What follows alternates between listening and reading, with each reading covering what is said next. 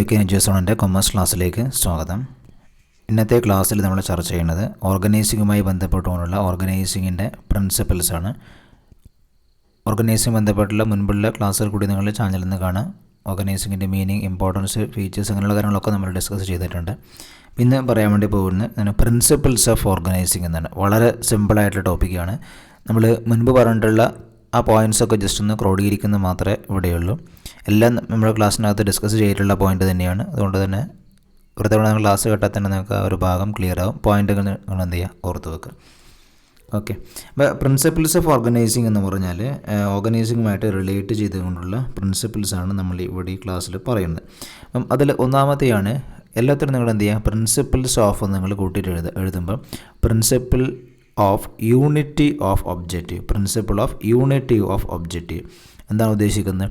ഓർഗനൈസേഷനകത്ത് പല ഡിപ്പാർട്ട്മെൻറ്റും ഡിവിഷൻസും ഒക്കെ ഉണ്ടാകും. അത് തമ്മിൽ എന്ത് വേണം, ഒരു യൂണിറ്റി ഉണ്ടായിരിക്കണം എന്നാണ് ഇവിടെ ഉദ്ദേശിക്കുന്നത്.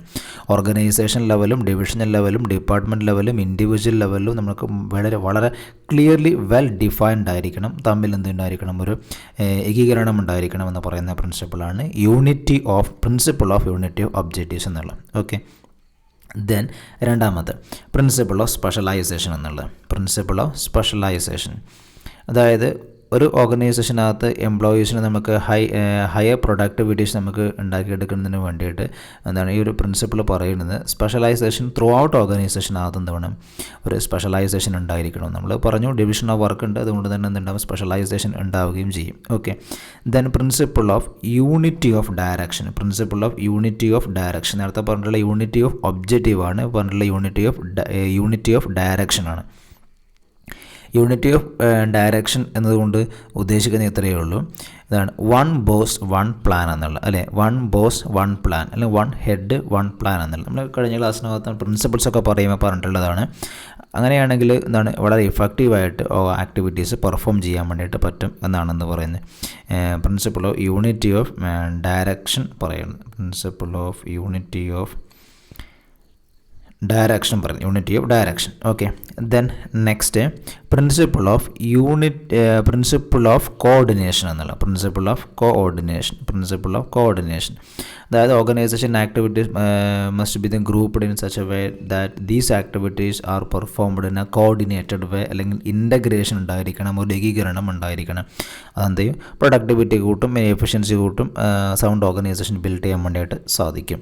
ഇനി പ്രിൻസിപ്പിൾ ഓഫ് എഫിഷ്യൻസി എന്നുള്ള ഉദ്ദേശിക്കുന്നത് organisation should emphasise on efficiency. Organisation activities വളരെ എഫിഷ്യൻ്റായിട്ട് പെർഫോം അപ്പോൾ ഒരു ഓർഗനൈസേഷൻ സ്ട്രക്ചർ ഫ്രെയിം ചെയ്യുകയാണെങ്കിൽ മാക്സിമം എഫിഷ്യൻസി ഉണ്ടായിരിക്കണം എന്ന് പറയുന്നതാണ് പ്രിൻസിപ്പിൾ ഓഫ് എഫിഷ്യൻസി എന്ന് പറഞ്ഞാൽ. Okay, then next principle of authority and responsibility. Authority and responsibility നമുക്കൊരു കറക്റ്റായിട്ടുള്ള ഒരു ഹൈറാർക്കി ഉണ്ടായിരുന്നു. നമ്മൾ നേരത്തെ പറഞ്ഞു ഓർഗനൈസിങ്ങിൻ്റെ എന്താണ് അതിൻ്റെ സ്റ്റെപ്സ് പറയുമ്പോൾ തന്നെ പറഞ്ഞു എന്താണ് ഒരു ക്രിയേറ്റിംഗ് ഹൈറാർക്കി എന്നുള്ളത്, അല്ലേ? പ്രിൻസിപ്പിൾ ഓഫ് അതോറിറ്റി റെസ്പോൺസിബിലിറ്റി എന്ന് പറഞ്ഞാൽ പ്രോപ്പറായിട്ടുള്ള ഒരു അതോറിറ്റി റെസ്പോൺസിബിലിറ്റി ഡിവിഷൻ ഉണ്ടായിരിക്കണം എന്നാണ് ഇവിടെ പറയുന്നത്. Okay, then next principle of unity of objectives നമ്മൾ യൂണിറ്റി ഓഫ് ഒബ്ജക്റ്റീവ്സ് നമ്മൾ നേരത്തെ പറഞ്ഞു. പിന്നെ യൂണിറ്റി ഓഫ് ഡയറക്ഷൻ പറഞ്ഞു. ഇവിടെ പറയുന്നത് യൂണിറ്റി ഓഫ് കമാൻഡാണ്. യൂണിറ്റി ഓഫ് കമാൻഡ് എന്ന് പറഞ്ഞാൽ നമ്മൾ പലതവണ പഠിച്ചിട്ടുള്ളതാണ്.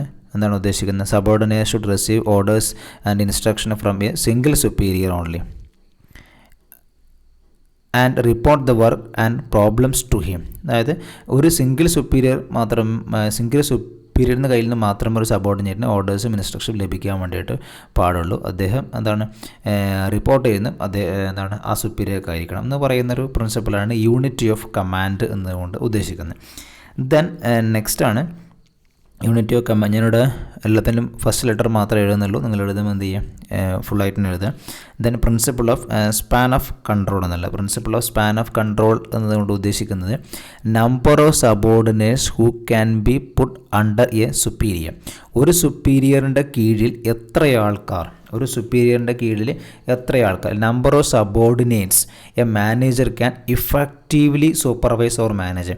അതായത് എത്ര കീഴ് ജീവനക്കാരെ ഒരു മേൽ ജീവനക്കാരന് കൃത്യമായിട്ട് മാനേജ് ചെയ്യാനും പറ്റും എന്നതിൻ്റെ ഇതാണെന്ന് പറഞ്ഞാൽ എന്താ സ്പാൻ ഓഫ് കൺട്രോൾ എന്നാണ് ഉദ്ദേശിക്കുന്നത്. നോർമലി 5-6 സബോർഡിനേറ്റ്സ് ആയിരിക്കും ഉണ്ടാവുക. അപ്പം ആ ഒരു ഇതാണെന്ന് പറഞ്ഞാൽ എന്താ സ്പാൻ ഓഫ് കൺട്രോൾ എന്ന് ഉദ്ദേശിക്കുക. പലപ്പോഴും ചോദിക്കാറുണ്ട് എന്താണ് span of control refers to number of subordinate a manager can effectively supervise or manage.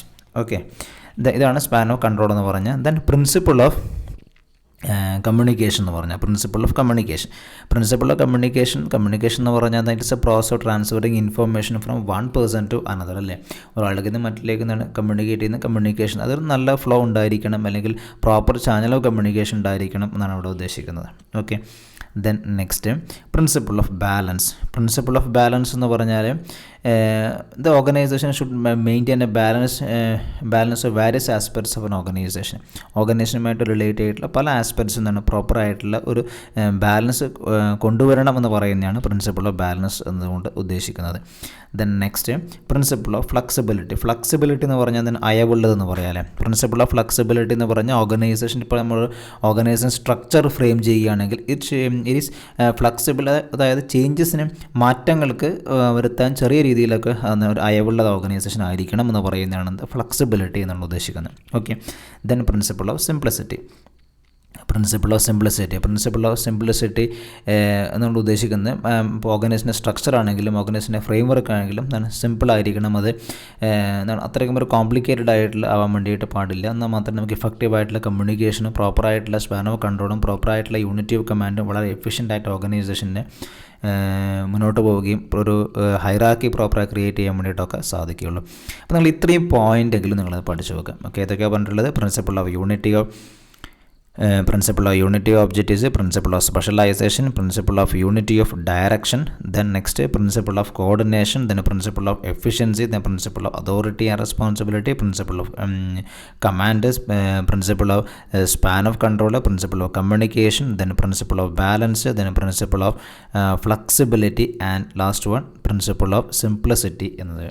Okay, അപ്പം ഇതൊക്കെയാണ് ഓർഗനൈസിങ്ങിൻ്റെ എന്താണ് പ്രിൻസിപ്പിൾസ് എന്ന് പറഞ്ഞാൽ. എന്താണ് പ്രിൻസിപ്പിൾസ് എന്ന് പറഞ്ഞാൽ? എന്താണ് പ്രിൻസിപ്പിൾ ഓർഗനൈസേഷൻ എന്ന് പറഞ്ഞാൽ ഉദ്ദേശിക്കുന്നത്? Guide lines for planning and efficient organisation structure. ഒരു വളരെ എഫിഷ്യൻ്റ് ആയിട്ടുള്ള ഓർഗനൈസേഷൻ സ്ട്രക്ചർ നമുക്ക് ഫ്രെയിം ചെയ്യുന്നതിന് വേണ്ടിയിട്ടുള്ള ചില മാർഗ്ഗനിർദ്ദേശങ്ങൾ അല്ലെങ്കിൽ ചില ഗൈഡ് ലൈൻസിനെയാണ് നമ്മളെന്ത് വിളിക്കുന്നത്? പ്രിൻസിപ്പിൾസ് അല്ലെങ്കിൽ തത്വങ്ങൾ എന്തുകൊണ്ട് ഉദ്ദേശിക്കുന്നതെന്ന് ഓർത്ത് നോക്കുക. അപ്പോൾ നമ്മൾ 12 പോയിൻ്റ് പറഞ്ഞിട്ടുണ്ടായിരുന്നു. ഇത്രയും കാര്യങ്ങൾ നിങ്ങൾ ഓർത്ത് നോക്കുക. എന്തെങ്കിലും ഡൗട്ട്സ് ഉണ്ടെങ്കിൽ നിങ്ങൾക്ക് താഴെ ചോദിക്കാം. ക്ലാസ് മാക്സിമം ഫ്രണ്ട്സിലേക്ക് ക്ലാസ് ഷെയർ ചെയ്യും. Thank you for watching.